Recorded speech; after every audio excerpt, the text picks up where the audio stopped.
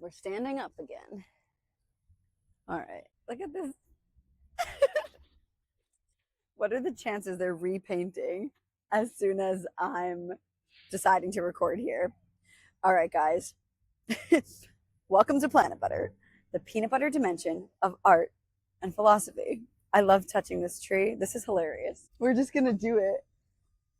They didn't sign up for this, but they're in it now. This is wild. There's a lady feeding pigeons over there. There's me barefoot recording a podcast. There's these guys repainting the sculpture. There's a semi-homeless dude on the bench that started doing crunches when I walked by and then stopped as soon as I passed him. It worked. He impressed me. Lady's biking. She's probably the most sane of all of us. All right, let's get started. Welcome to Planit Butter, the peanut butter dimension of art and philosophy, where I hopefully inspire you to take fun seriously by being Intucentric. I'm Jordan Alexandra Blizzard Planet. This is from my planet to yours. Each week, we explore new ways of applying Planit Butter's non-linear thinking lens to modern society. Every episode is designed to provoke consciousness through entertaining perspectives and applied philosophy. The philosophy on Planit Butter is called Intucentricism. Say it with me. Intu-centric-ism. Intucentricism. You'll catch on quick. Thanks for joining our 98th episode, where we will continue to relate Planit Butter's philosophy to Earth's current society. Today we're going to do a little boogie with romance as per a loving listener's question. You guys can email me anytime, myplanettoyours@gmail.com. Here is the question. Well, here's the email. Embedded within the email is a couple of questions / a couple of phrases and things that we're going to work through together. So here's the email. I think we can all attest to the wonderful power and magic behind romantic love and all of the ways uni presents it to us, be it the positive and even the misinterpreted forms of it, to put it mildly. My question is, what do you do to see through it to get to the honest truth of it all the fastest, whether those truths resonate with us or not? I feel like I've seen signs and have been shown things that point one way, but do waste a lot of time in the end. I realize the more I talk it out with the uni, I'll find my answer, but I'd like to hear your thoughts. And then I nudged him to clarify a couple things, and he said, while I believe romantic love can be positive, I don't really believe that there is a bad or negative version of it. Misinterpreted is the best word I can think of for the type of love we experience, that while there's beautiful things about it that I wouldn't want to take away from it, there was probably a better, less painful way that energy could have been experienced at the end of the day. As far as signs go, there are times where the universe shows me clues, hints, and even presents me with scenarios that point in certain directions and people. It's amazing how everything works. There are times, however, where these instances do not pan out, leaving me wonder if I didn't shift properly or what. I don't know. I know I don't ever truly waste my time, but I'd be lying if I said I don't ever feel that way sometimes when things go south, sour, or even nowhere at all. And then he drew one of these like faces. Now, before we get into breaking down my response to this, I'm going to ground us in, I just thought there was a lizard on my foot. I'm going to ground us in reading a little snippet from the latest book of Planit Butter, Intucentric, Becoming a New Breed of Human Potential. The snippet is from the section called The Game of Wha-Who. Here we go. Being that everything is a mirror, if we deny something or someone's presence on our way to Wha-Who will evolve with us, we are denying pre-existing parts of ourselves, perspectives embedded in our mind. We can't outgrow what we don't acknowledge. Embrace each person as the person you want to be would. That's how present you transcends the person you're evolving from. Now, I suppose the other side of this, in a romantic context, or any context really, might be rejection. But if you're rejected, then maybe you're the receiving end of somebody else's game of Wha-Who, giving them the benefit of the doubt. So your work in a rejection setting becomes reflecting on the dynamic as a whole. The work doesn't really change. We're always self-reflecting and self-connecting, right, guys? We're always clarifying our boundaries so that we can show up more confidently when we respect those boundaries. Well, really, because we've respected those boundaries and therefore sustain or reconnect with our alignment. In a rejection capacity, it also becomes a game of detachment, which again brings us to square one of the game of Wha-Who: clarify and respect your boundaries. Planit Butter's 3 core methods. That's never going to change. Clarify, respect your boundaries. Clarify your boundaries. Respect your boundaries. Keep clarifying your boundaries. Keep respecting your boundaries. Continue to show up more confidently. Naturally, you become more detached because you are in alignment. And when we're in alignment, we are flowing. Yeah? All right. Let's break this down. So his question: what do you do to see through it, to get to the honest truth of it all the fastest, whether those truths resonate with us or not? Where my mind goes with this is fundamentally, we know this, guys, it's always about ourselves. So the truth depends on your perspective of truth, right? So what is being Intucentric about? Essentially, it's self-reliance. It's the development of a healthy ego. It's personal responsibility. It's all of these types of things. It's leading with our intuition, right? It's all of these things. Being Intucentric is multidimensional. So when we ground it in this idea of self-reliance, then in a romantic sense, the honest truth of it all the fastest, connect with yourself. The stronger our sense of self, the stronger our ego, the stronger our self-friendship, the clearer the truth becomes. That's the fastest. The fastest is, how well do you know yourself? How well do you know your boundaries? How much do you trust yourself because you respect those boundaries? How safe do you feel in your own body because you respect those boundaries? Because you know how to clarify your boundaries, because you know what your standards are, because you keep those standards high. We don't change our standards. We take our standards elsewhere. So if something is ambiguous to you or unclear in any way, and you don't know what the truth of a dynamic is, then you don't know yourself well enough yet. And it's a cue to visit those 3 core methods: boundaries, confidence, alignment. Truly, guys, everything fundamentally roots to that. So whether something resonates with you or not, it's, are these crossing my boundaries or not? Is this dynamic fulfilling me? Is it a version of me that I want to be? Is it the version of me that I want to become? Is it bringing out what feels best to me? So those are the types of questions and criteria that you work through to, quote unquote, get through the truth the fastest. The truth is you. You are your truth, not somebody else. So to reflect on what another dynamic is presenting you with, it's, who am I in this dynamic? How am I showing up in this dynamic? Now, the other layer of this, you say, as far as signs go, there are times where the universe shows me clues, hints, and even presents me with scenarios that point in certain directions and people. Let's pause there.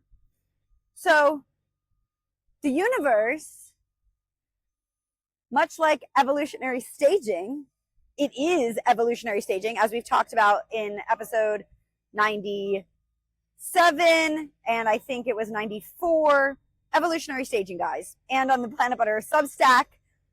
So, guys, this background noise, very hard for my sensitive self.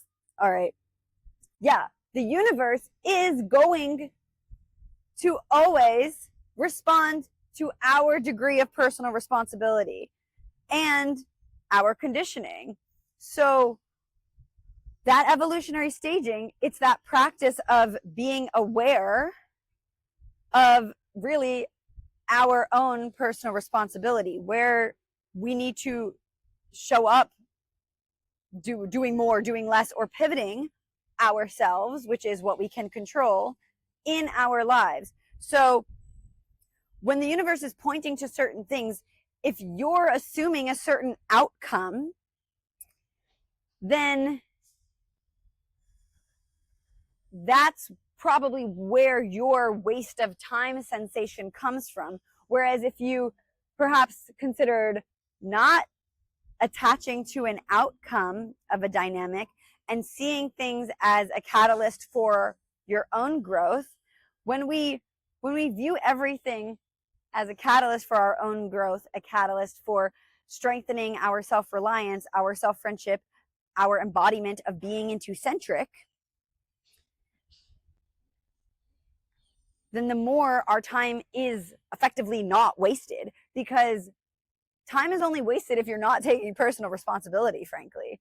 So to view it as wasted time probably means when you're in the middle of the unfolding dynamic, you're probably not taking enough personal responsibility because your mind is attached to a certain outcome and you're interpreting the universe as pointing you towards certain things and people. And it's like, they can be pointing you towards certain things and people, and it doesn't need to mean like you're forever person.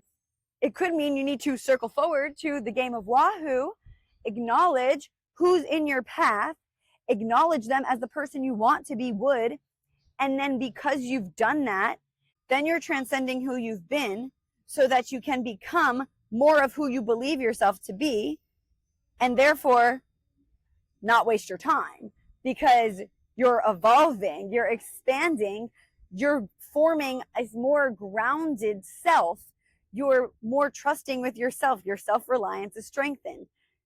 This is all circular talk because it comes back to ourselves always. Now, another thing, you say, I realize the more I talk it out with the uni, I'll find my answer. But really, it's like, when we talk to the universe, we're really just talking to ourselves. It's an invitation to make us experience ourselves more objectively when we refer to the universe. That's why a phrase that I like to offer is, do you see this, uni? When we say, do you see this, uni, we're inviting this larger concept of something that is unfathomable to us into our present existence, which allows us to be naturally more objective because we're honoring and acknowledging the thing that is so much bigger than our humanness and larger than what we can fathom. So it's an invitation to ourselves to be more objective, but the uni doesn't have the answers. We do, right? So talk it out with yourself, invite the universe, declare it to ourselves and therefore to the universe. But the universe, the evolutionary staging of our lives, is a perpetual response to our own personal responsibility. So I appreciate you wanting to hear my thoughts on it, of course. I appreciate if you want to talk to the universe, but you need to do so honoring that you're really talking to yourself. And I think that's just a fundamentally necessary understanding, because you can't defer personal responsibility to the universe. We can take personal responsibility. We can declare something to ourselves and to that greater magic. And when these things show up that are pointing us in what seems like certain directions, that's you feeling drawn towards certain directions. Yeah. So part of the boogie becomes identifying if the pull is something you want to follow, or if it's a pull you need to acknowledge and reject because it's not in your best interest. And what's not in your best interest? Something that crosses your boundaries, something that doesn't make you feel like the person you want to be, something that doesn't make you act like the person you want to be. And what does it mean to make you? It means somebody is bringing out something or showing or presenting something to you that maybe reminds you of a past self of yours, somebody else in your life, which is really just another version of you. And that triggers certain behaviors within yourself that maybe need to be acknowledged. So that pull might be something worth acknowledging, the game of Wha-Who, because if you don't acknowledge it, then you're suppressing it. And if you do acknowledge it, make sure you're acknowledging it in a way that respects your current boundaries so that you can become more of the person you believe yourself to be or want to be. And when you do that, you further solidify into that person, and people like that are no longer attracted to you. You don't bring that in because that perspective is no longer embedded in your essence, because you've acknowledged it as a different version of you. So that version, that whoever it is, isn't welcome. It's not attracted, and you won't be drawn to seeing it through, because you'll be able to say, I know you and I know how to handle you now because I'm this version of me. See you next time. See you never. Whatever it is. All right. Next, you say, well, I believe romantic love can be positive. I don't really believe that there is a bad or quote unquote negative version of it. Misinterpreted is the best word I can think of for the type of love we experience, that while there's beautiful things about it, I wouldn't want to take away from it. There's probably a better, less painful way that the energy could have been experienced at the end of the day. While I appreciate the sentiment here that you're recognizing where maybe you could have taken greater personal responsibility, unfortunately, the human experience sometimes requires more painful experiences for us to really navigate listening to our intuition fundamentally, respecting our boundaries fundamentally. It's that situation where you cross paths with someone, romantic or not, whatever it, well, we're talking about people. Okay. So we'll make it about romance. So when you meet somebody who, in the end of the dynamic, the unfolding of the dynamic, became a more painful experience, and you recognize that the energy could have been experienced in a less painful and better way, I think that's a great step forward for you, for anybody. And it's just more fuel for you to clarify your boundaries, right? Like it really is. It really can be simplified to that. It's not wasted energy unless you don't take personal responsibility. You're only wasting your time if you're not taking care of your time. Now, the last paragraph, you say, as far as signs go, there are times where the universe shows me clues, hints, and even presents me with scenarios that point certain directions in people. We kind of already acknowledged that, right? The universe is going to point us in certain directions. It's up to us how we respond, right? How do we respond? The game of Wha-Who. What and who is in our path. Acknowledge them so that we can reject them or transcend them, or whatever way you want to look at it, or expand with them. Because the more we transcend the people that bring out the versions of ourselves that we want to evolve from, the closer we get to the people who we will evolve with. Those are special, special, special, special people. That's all I can say. I've put in a lot of work over the last bunch of years to clear out the necessary space to achieve a version of myself who can hold the space while I keep my standards high for the right people to enter. And along the way, I'm transcending. It's literally just the practice of understanding ourselves, embracing understanding and enjoying ourselves. Our self-friendship, fundamentally rooted in our boundaries, which when clarified and respected, fuels our confidence, which sustains and reconnects our alignment. Same old, guys, but perpetually applicable. That's why we say on Planit Butter, perpetually applicable perspectives. Timeless. Planit Butter. Seriously. Get with the program. Let's boogie. Now the last bit is, Okay, where you say there are times where these instances do not pan out, leaving me well, the panning out circles us forward again to you being attached or assuming a certain outcome. And then you also say, you know, you don't ever truly waste your time. Okay, so let's leave it at that.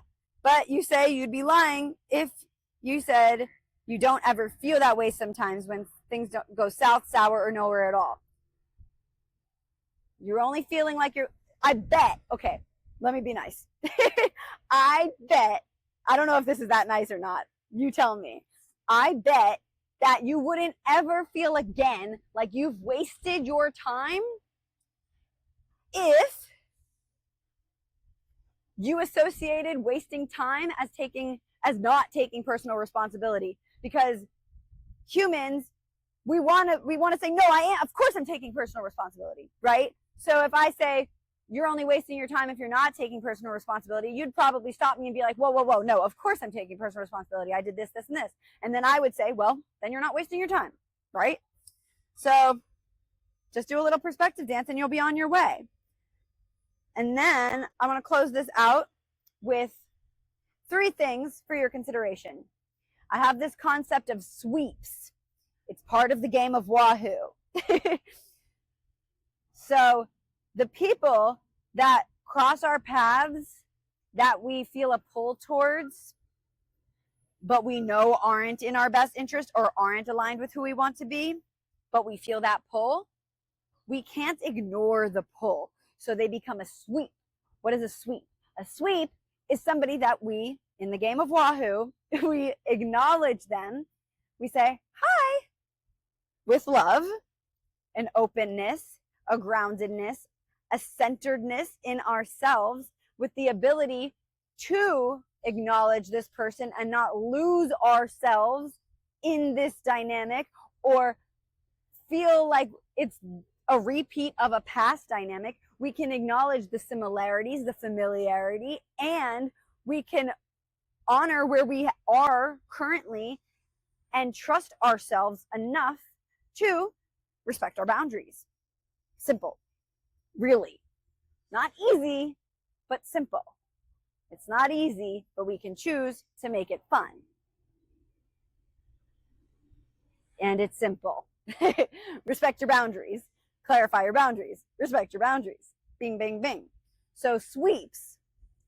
There's somebody that shows up that you're like, whoa, I feel drawn to this person, but I know they're not good for me, but I feel drawn to them. So you can literally, it can sometimes be as simple as, hi, nice to meet you. Talk, talk, talk. I know they're not for me. Their actions affirm that you're knowing of, yeah, they're not for me. And then because of that, you keep moving. You don't need to stay just because it's familiar. You don't need to continue. You don't owe them a date. You don't owe them anything.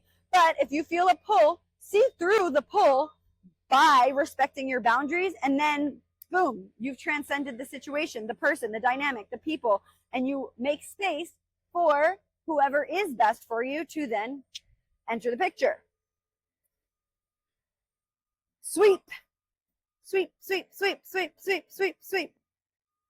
And you can say sweep to yourself too, which makes it fun. It's a game of Wha-Who. It's not easy, but we can choose to make it fun. Now, the second to last note is residual versus resonance. Similarly to the sweeps, some people are like a residual energy, a residual perspective that we hold that needs to be transcended. So when we meet people and there's a pull, we can feel in our bodies, listen to our intuition, clarify with our boundaries, is this person residual energy that I have in my orbit that I need to sweep? Or does this person carry a resonance with me? Does this person land well in my body, in my soul, in my heart? Does this person make me feel like more of who I believe myself to be? Residual versus resonance. Now the last thing, the third thing, simply and it's a little bit redundant, but it's said in a new way. Does this person make me feel like more of who I am or less of who I am? We can equate this to, is this in my best interest or is it not in my best interest? Which, of course, is rooted in our boundaries. Does this person make me feel like more of who I am or less of who I am? Of who I believe myself to be. All right, guys. Oh, wait, you know what? We had one more question come in. They said, do you have any fears? You seem fearless. I tried to sit and think with that one. And I think somewhere in here, there's a degree of vulnerability that is a fear of mine. And I'm excited for my romantic counterpart to help me work through that, because I believe that that is something that will be expanded when my romantic counterpart does arrive, because I feel like I have equipped myself enough to be vulnerable in many, many ways. And I'm actually really skillful at being vulnerable if I'm with people who I feel safe with, who I do trust, who do make me feel like I am becoming more of myself. There's a truck that says brand in a nut. Brand in a nut.